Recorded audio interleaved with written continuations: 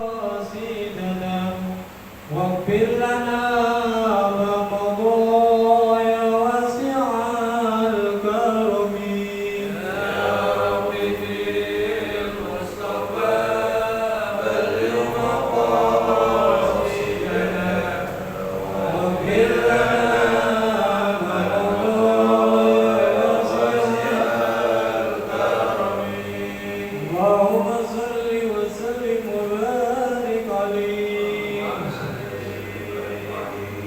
اللهم صل وسلم اللهم صل وسلم وزد عظم وانعم وتفضل وبارك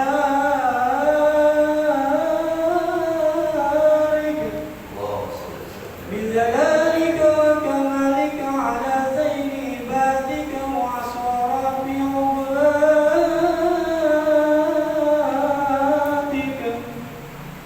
أسعد العرب والعجم وإمام طيبة والحرم وترجمان بلسان القدم ومنبع العلم والهلم والهمة والحكم عن القاسم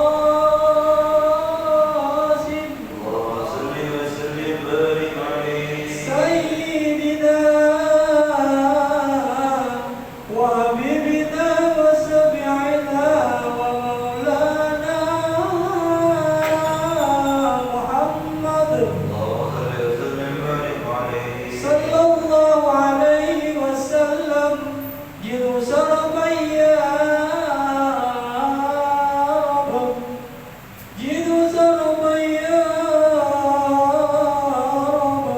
وكرما وتعظيما ورفعة ومهبة وبرا ورضي الله تبارك وتعالى عن ذوي الفخر العليم والقدر الجليل ساداتنا وأئمتنا وموالينا أبي بكر وعمر وعثمان وعلي ثم الحسن والحسين والبقية صحابة وقرابة رسول الله صلى الله عليه وسلم أجمعين والحمد لله رب العالمين.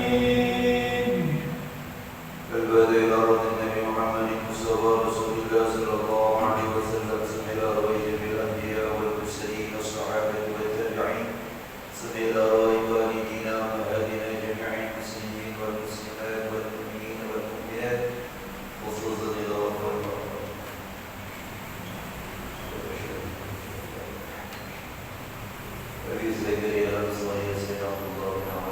وإلى رب النبي محمد مصطفى رسول الله صلى الله عليه وسلم كرام الفاتحة. أعوذ بالله من الشيطان الرجيم. بسم الله الرحمن الرحيم. الحمد لله رب العالمين الرحمن الرحيم مالك يوم الدين. إياك نعبد وإياك نستعين. اهدنا الصراط المستقيم صراط الذين أنعمت عليهم غير المغضوب عليهم ولا الضالين. رب اغفر لنا ولوالدينا آمين. بسم الله الرحمن الرحيم. الحمد لله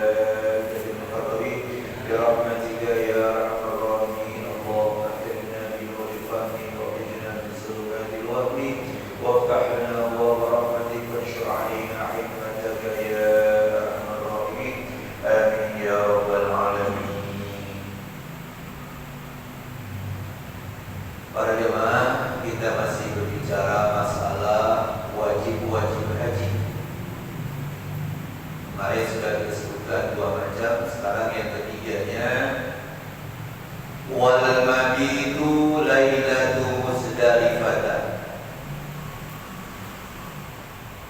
Wajib haji yang ketiga yaitu bermalam atau menginap pada malam Muzdalifah. Jadi kalau kita di Padang Arafah tanggal 9, itu dari zuhur terus sampai maghrib sampai isya, kira-kira jam 10 malam kita diberangkatkan menuju Muzdalifah. Jarak Arafah dengan Muzdalifah gak terlalu jauh, tetapi karena mobil begitu banyak, bus gede-gede, yang mengakibatkan jadi sampainya agak lama karena macetnya itu. Nah, begitu sampai di Muzdalifah, maka wajib nginep. Hitungan mulai nginep itu tengah malam, yaitu sekitar mulai jam 12. Jam 12, jam 1, jam 2, jam 3. Jadi pokoknya jam 12 ke atas. Walau bi'udhuri sa'atan minha, walaupun hanya hadir datang di Muzdalifah 1 jam saja. Memang kita di Muzdalifah gak lama-lama. Begitu sampai Muzdalifah, turun dari bus, kita mencari batu, dari kerikil. Buat apa? Buat melontar besok pagi. Ya, berapa kali? 7. Hari 11, 21. Hari 12, 21. Hari 13, 21. Nah itu udah 21 kali 3 berarti 63 sama 7, 70, lebih dari 100 batu. Kenapa 100? Kan bunyi 70. Persiapan kalau nanti kita yang namanya nyambit, kadang-kadang gak yakin kena, maka ada persiapan. Kalau orang zaman dulu biasanya itu bawa kaos kaki, buat taruh batu di situ, kaos kaki. Ya batunya kayak jempol. Jangan terlalu besar, jangan terlalu kecil. Karena kalau terlalu kecil melayang, terlalu besar takut kena orang atau depan kita. Nah jadi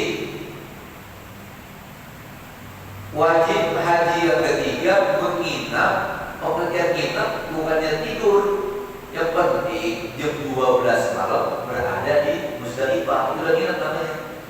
Kalau nginap kita kan pakai korok, kalau belum korok belum nginap namanya kalau kita tuh. Ya.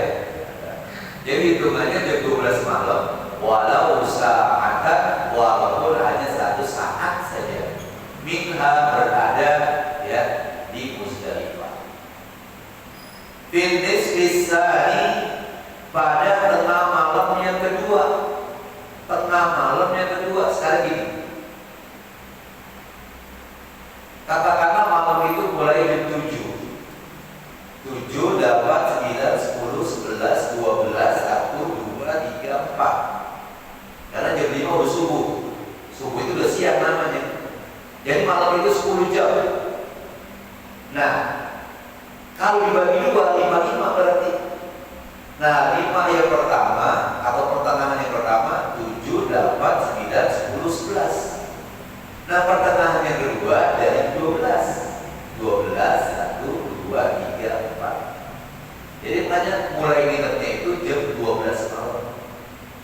Makanya Bang Haji kalau seandainya dibawa sama bus sampai Muzdalifah jam 10, pas jam 11 kalau udah rapi nyari batu, berangkat ke Mina. Udah kita belum tuh? Kalau jam 11 belum kita. Tentu waktu supir ya bilang gitu ya 10 atau 12.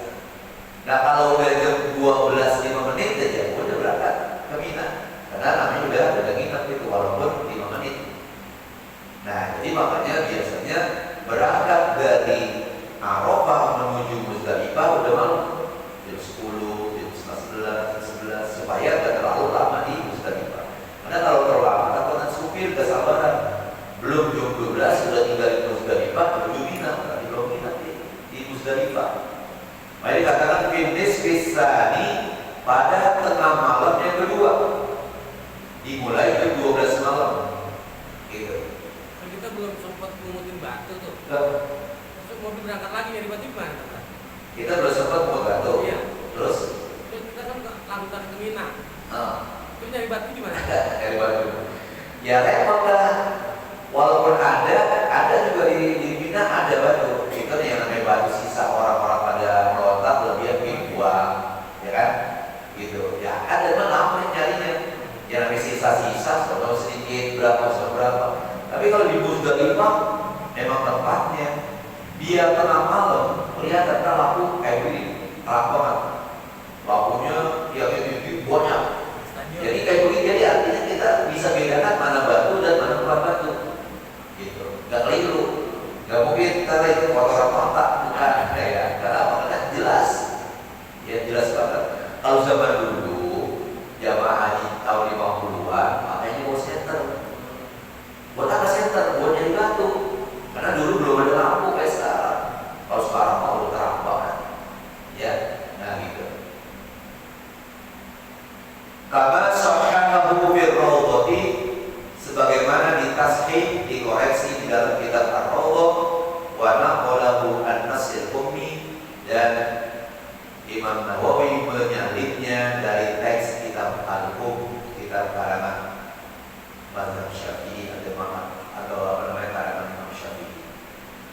Wa hadza ma'al istisna'il adi, menginap di malam Muzdalifah ini beserta adanya pengecualian yang berikut nanti, bin nisbati ilaihi, dikaitkan kepadanya, ya, pada menginap itu, min ziyadati, itu merupakan tambahan dari aku. Mana pengecualiannya? Pengecualiannya illal mabita lirru'ani bi dhammir ra'i jam'i ra'in kali'anin bi kasriha. Nah, menginap di Musdalifah itu wajib. Kalau dia menginap karena denda, bayar dam. Kecuali menginapnya para penggembala kambing. Penggembala kambing di sana niat melaksanakan ibadah haji. Ketika menginap di Musdalifah dia menginap. Kenapa? Karena dia ngawasin kambing-kambingnya yang begitu banyak. Bidhamir ra'i, dibaca dhamma rohnya, ru'ani, penggembala kambing atau penggembala kota. Jam ra'in, ru'an itu jamak dari ra'in. Kali'ani bikasriha, bisa juga seperti ri'an dengan dibaca kasroh rohnya. Nah, itu pengecualian. Ya, artinya apa? Para penggembala kambing dikecualikan, dia boleh menginap di Musdalifah. Juga wa ahli siqayati, petugas penyedia air minum di Masjidil Haram. Jadi di Masjidil Haram itu ada petugas yang tugasnya menyiapkan air minum, air Zam-Zam. Ini dari zaman dulu, dari zaman Rasulullah sudah ada begitu. Jadi ada tempatnya khusus untuk menyiapkan air minum. Nah, dia si petugas itu tahun itu niat melaksanakan ibadah haji. Ketika orang pada nginep di Musdalifah, dia nggak nginep. Ngapain? Karena dia nyiapin air minum. Karena biar orang banyak di mana? Di Mina, di Musdalifah, di Masjidil Haram orang itu banyak. Nah, dia nyiapin air minum. Maka dia dikecualikan kagak nginep pun di Musdalifah nggak apa-apa dan nggak kena denda. Jadi penggembala kambing, petugas penyedia air minum di Masjidil Haram, falaysa biwajibin alaihima, maka keduanya tidak wajib menginap di Musdalifah. Ya, pengecualian. Kenapa? Li'annahu sallallahu alaihi wasallam rakhasa li ru'anil ibli ayatrukul mabita bi'inan. Karena sesungguhnya Rasulullah SAW Shallallahu Alaihi Wasallam memberikan keringanan, memberikan rukhsah bagi para pengembala onta untuk meninggalkan menginap di Mina. Jadi Rasulullah pernah memberikan, udah kamu nggak apa-apa nggak nginap, karena kamu sibuk, ngapain? Ngurusin kota-kota kamu. Itu ketika di Mina, maka dikiaskan juga di Muzdalifah. Ya, gitu. Jadi kejadian itu adalah di Mina, kamu nggak apa-apa nggak nginap di Mina, maka Muzdalifah juga dikiaskan. Buat siapa?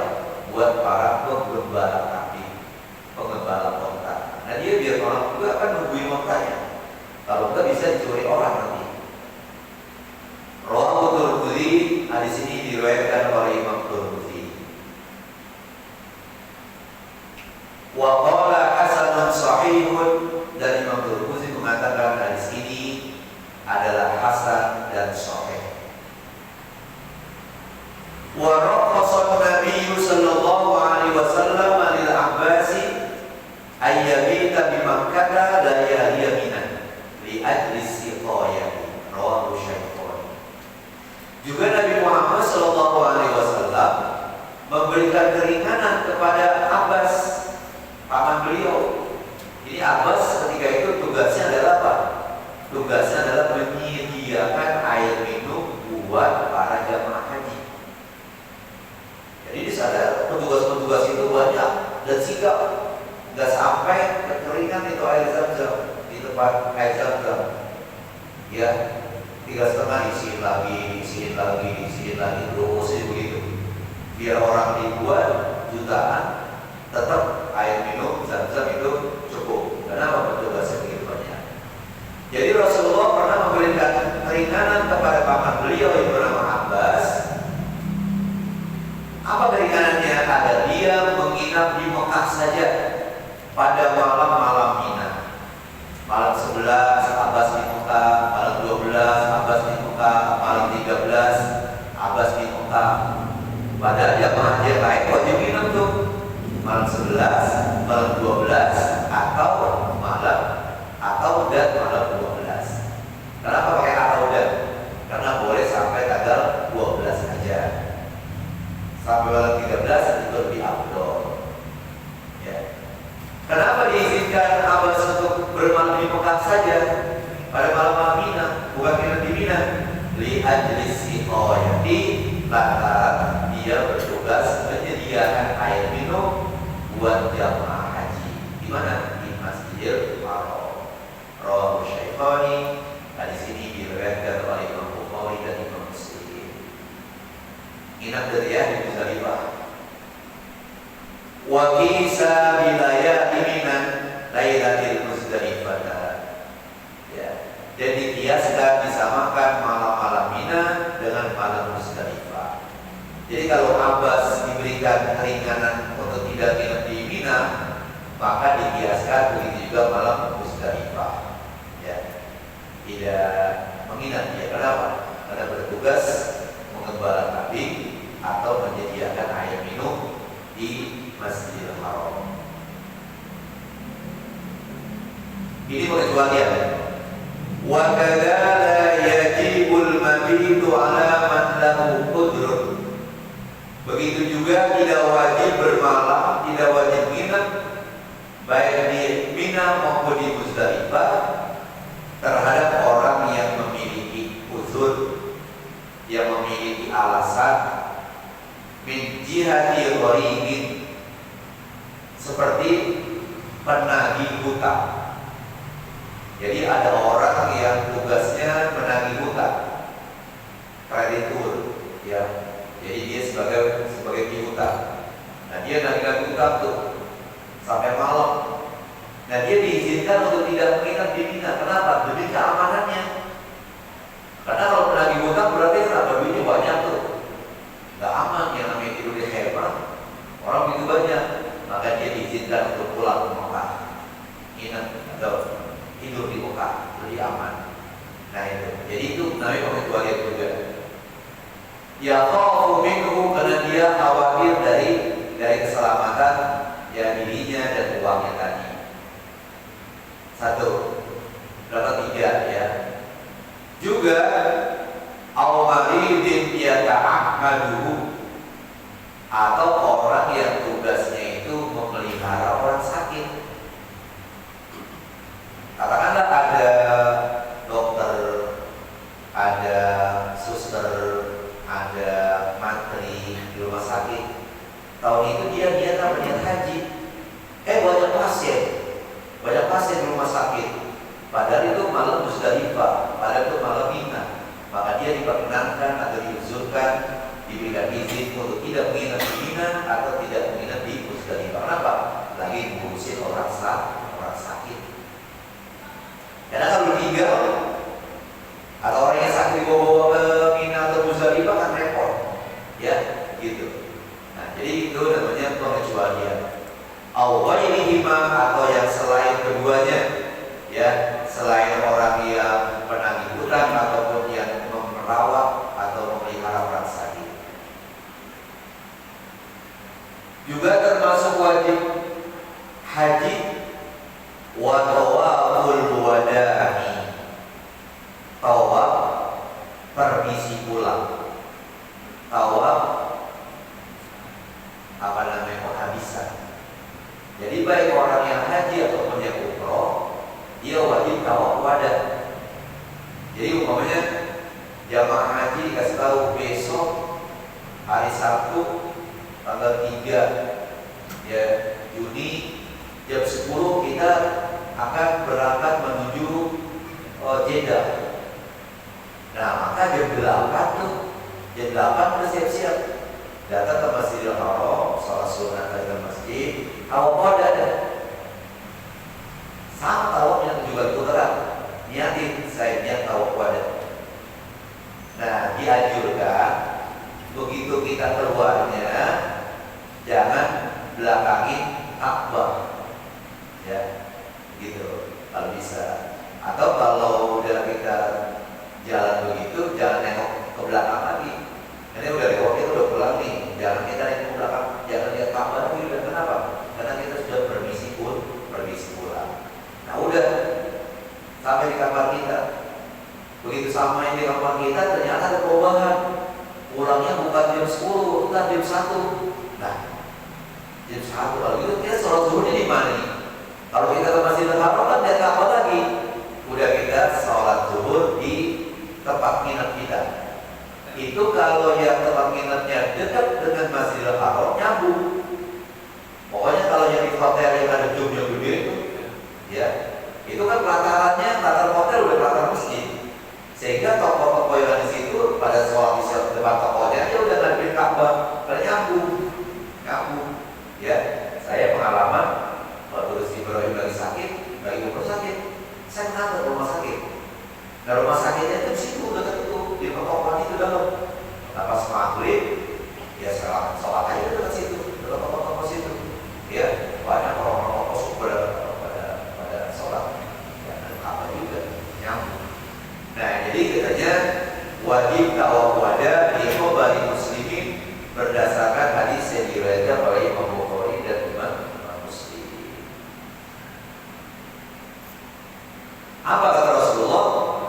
La yakfiranna ahadukum hatta yakuna akhiru amdihi bil baiti, ay at-tawaf bil baiti. Ya.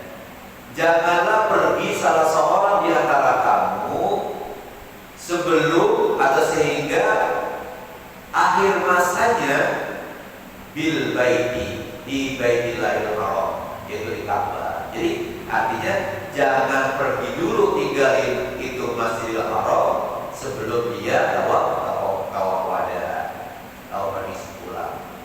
Ya, maksudnya apa?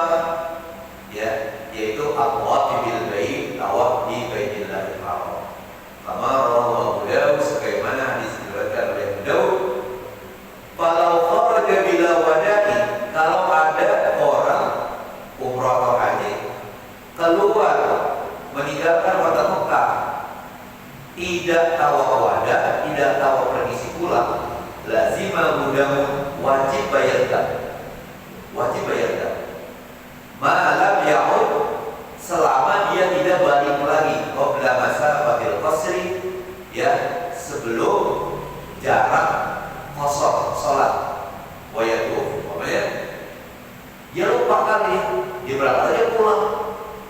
kampung halamannya. Begitu kira-kira 60 kilo baru dia sadar, loh saya belum tahu wadah. Nah 60 kilo itu kan belum bisa kita kosong jamak. Kalau sudah 80 kilo itu sudah masalah kos ini namanya. Ini belum masalah, belum jarak jauhnya itu belum sejauh jarak orang boleh mengkosong dan menjalankan sholat. Katakan 60 kilo dibalik lagi ke Mekah, tahu aku ada. Tapi kalau udah lewat masa kontrol kosri sudah 100 kilo, ya udah gak balik, habis dia bayar denda. Ya, wayatufu, kemudian dia tawaf wada.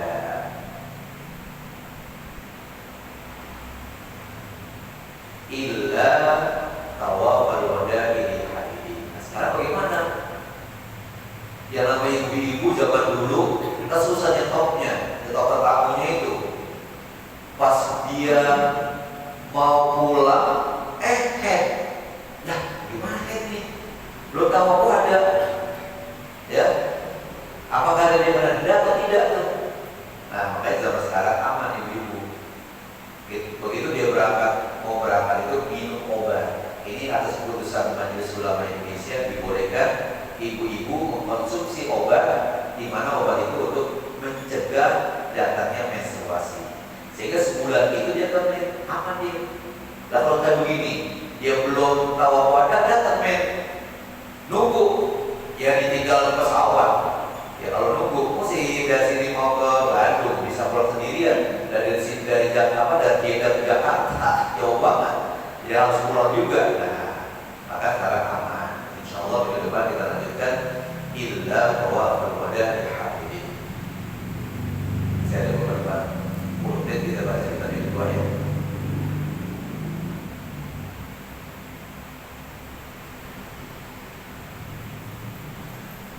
Baik para jemaah, mari kita buka kitab kita yang kedua.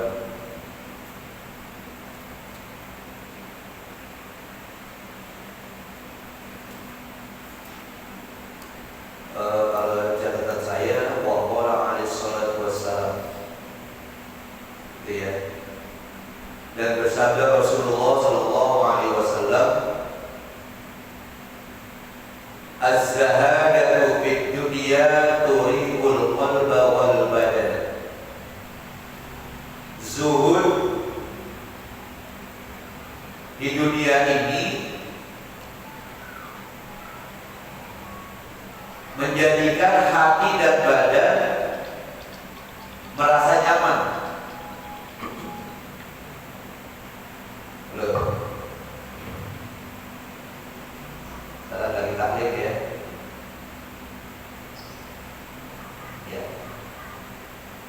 Nah, jadi orang yang zuhud, arti zuhud tidak terlalu gemar sama dunia, turihul qalba wal badan, itu bisa menyamankan hati kita dan badan kita. Karena kalau orang yang terlalu ngoyo sama dunia, ketika dia tidak dapatkan dunia itu kesel, marah, ledek, gak bisa tidur, gak enak makan, pikiran terus. Tapi kalau gak terlalu begitu banget, begitu gak berhasil, gue nanti insya Allah mendapat apa-apa. Nah, itu namanya orang zuhud. Warrabbatu fid dunya tuksirul hamma wal hazan. Dan orang yang sangat cinta sama dunia, banyak sedihnya dan banyak berduka citanya. Gitu. Ketika dia tidak dapatkan apa yang dia inginkan tentunya. Wal batalatu tuksil qalba. Oh kalau begitu kita nganggur aja dah, gak perlu cari dunia. Nah, menganggur itu bisa membuat hati menjadi keras. Jadi artinya sedang aja dah. Bukan berarti agak open sama dunia. Kalau agak open sama dunia bikin hati jadi keras. Kalau terlalu goyo sama dunia bikin kita gak nyaman hidup kita. Nah, jadi sedang aja. Wa qala alaihi salatu wassalam, dan bersabda juga Rasulullah sallallahu alaihi wasallam, naja awwalu hadhihi al-ummati biz-zuhdi wal yaqin. Telah selamat awal dari umat ini, jadi artinya orang-orang zaman Dengan apa mereka sukses dan selamat? Bizuhdi wal yaqin. Dengan adanya sifat zuhud dan penuh keyakinan bahwa semuanya dari Allah Subhanahu wa taala. Wa sayahliku akhiruha bil hirsi wa turil amal. Ini prediksi Rasulullah. Dan akan binasa akhir umat ini, akhir umat Nabi Muhammad dengan lantaran terlalu rakus dan panjangnya angan-angan. Terlalu banyak angan-angannya. Inilah itulah, ya. Kalau udah punya kalau udah punya sepeda, kata mau motor. Kalau udah punya motor, beli roda depan. Udah punya beli bagus lagi tuh, saja begitu. Ya, nah jadi di situ katanya bahwa akan binasa umat yang terakhir ini dengan sebab terlalu tamak dan panjangnya angan-angan.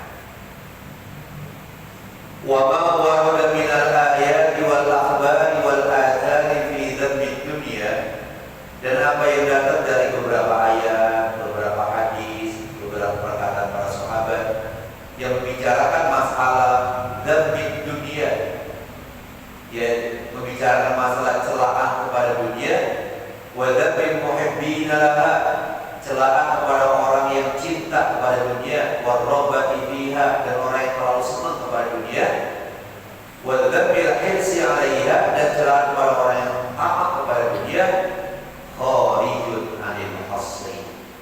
Itu kharijun 'anil hasilnya sangat banyak sekali. Jadi keluar dari simpulan, maksudnya banyak, ayatnya banyak, hadisnya banyak, perkataan para sahabat banyak tentang apa?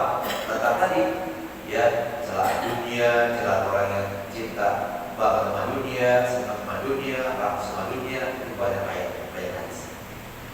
Wa tasanniful ulama rahmatullahi alaihim min as-salaf wal khalafin majhunatun bidzalika.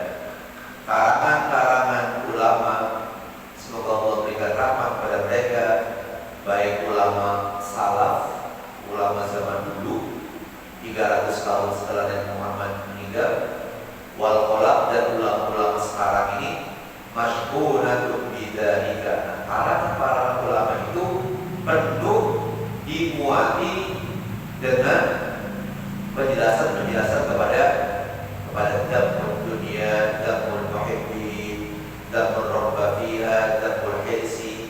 Itu banyak menjelaskan masalah-masalah itu.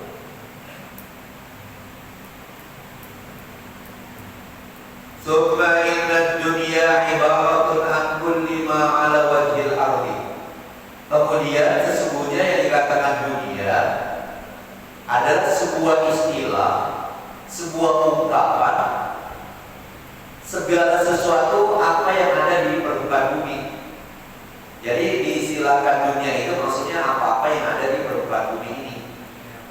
Iya, minal mushtahayat, baik itu berupa hal-hal yang membangkitkan selera, wal ladzat, yang menimbulkan kenikmatan-kenikmatan, wa asnafil amti'ati, dan macam-macam barang, allati tashtahiha nufusu, di mana macam-macam barang itu jiwa ini sangat berselera. Ya, yaitulah apakah berupa makanan, benda lainnya. Wa tamilu ilaiha, dan ini jiwa suka kepada hal-hal yang berselera tadi. Wa taqrasu 'alaiha, dan jiwa ini sangat berkeinginan. Wa qad jama'allahu usula dzalika kullihi, sungguh Allah Subhanahu wa taala menghimpun pokok-pokok itu semuanya fi qaulihi ta'ala, pada firman Allah taala. Nah ini, zuyyina lin-nasi hubbu syahawati minan nisa'i wal banina wal qanatiril muqattarati minadh dhahabi wal fiddati ila qaulihi ta'ala, dzalika mata'ul hayatid dunya. Ini surat Al-Imran ayat 14. Jadi kata Allah, zuyyina lin-nas, dijadikan indah pada pandangan manusia, hubbu syahawat, kecintaan pada apa-apa yang diinginkan, minan nisa, berupa perempuan-perempuan, wal bani, anak-anak, cinta kita kan sama perempuan sama anak-anak, wal qanatiril muqaddara, harta yang banyak, minad dahabi, emas, emas, wal fiddati, perak. Ya. Ayat yang berikutnya wal khailil musawwamati, kuda-kuda pilihan, wal an'ami, binatang ternak, wal harsi, sawaladan. Dzalika mata'ul hayatid dunya, itu semua merupakan kesenangan kehidupan di dunia ini. Nah, jadi dalam ayat itu terhimpun itu pokok-pokok itu semua yang tersebut di atas tadi.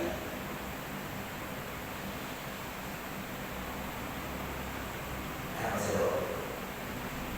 Oleh karena itu, faman ahabba dzalika, siapa-siapa yang cinta kepada apa yang disebutkan oleh Allah Subhanahu wa taala tadi, wa raghiba fihi, dan senang, washtadda hirsahu alaihi, dan sangat rakus kepada apa yang disebutkan tadi, ya perempuan, anak, harta banyak, emas perak, wa laisa lahu ghardun fi dzalika illa mujarradat tamattu'i wa taladdubi wa tanahumi, tidak ada maksud lain pada itu kecuali hanya semata-mata untuk bersenang-senang, semata-mata untuk merasakan keindahannya, semata-mata untuk merasakan kemewahannya, kelezatannya.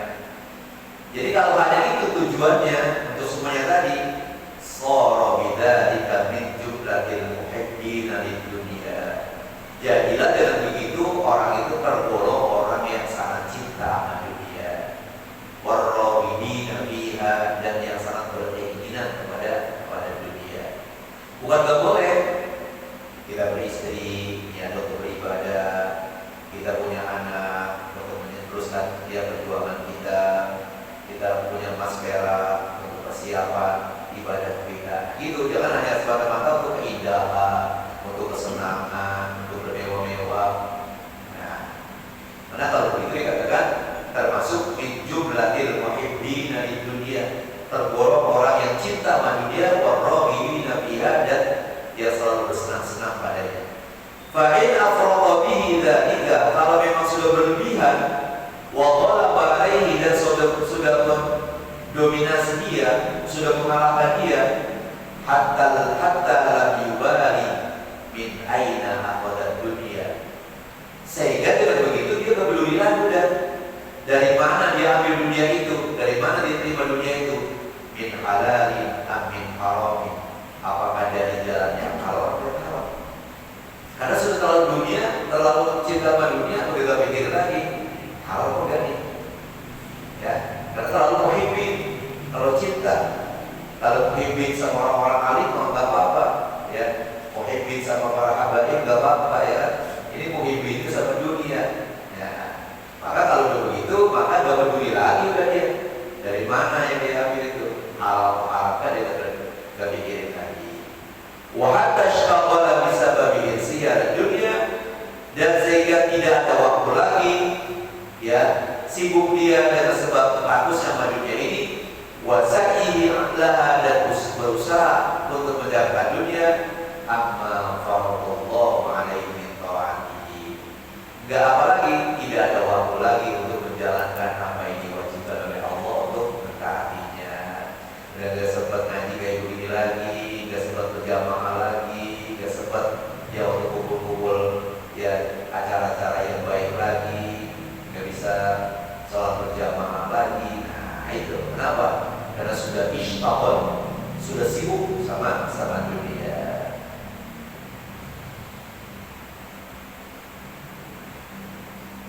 Masih ada waktu 3 menit.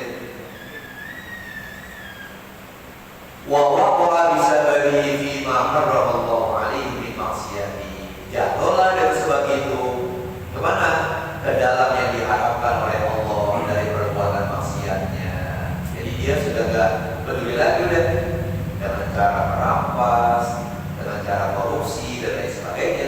Yang penting apa? Dia mendapatkan nikmat dunia.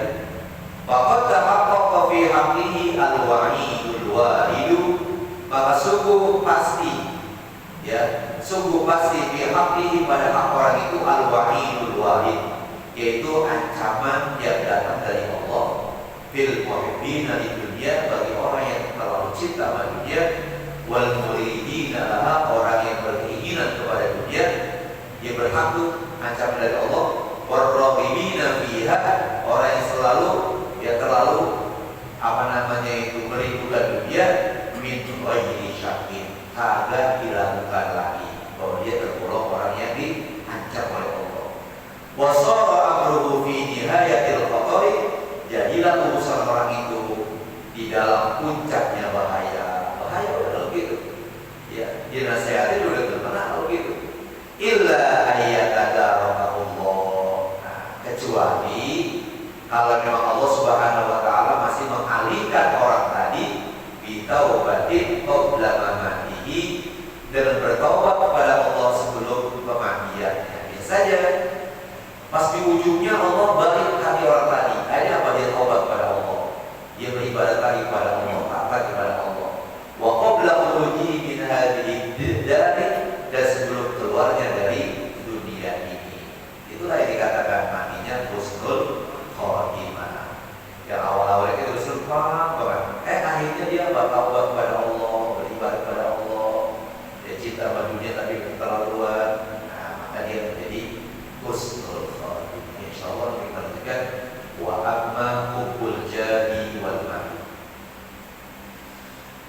Baik para jemaah, sebelum kita baca doa, mari baca Fatihah dengan harapan mudah-mudahan Allah Subhanahu wa taala berikan pahala kepada orang-orang yang bermanfaat katanya di musala kita ini, dan mudah-mudahan orang tua kita, saudara kita yang sudah meninggal dunia ditempatkan di tempat sebaik-baik oleh Allah, saudara-saudara kita yang bersakit disehatkan badannya, dan mudah-mudahan bisa kembali berjamaah pada kita, kumpul-kumpul lagi pada kita pada hari ini ya.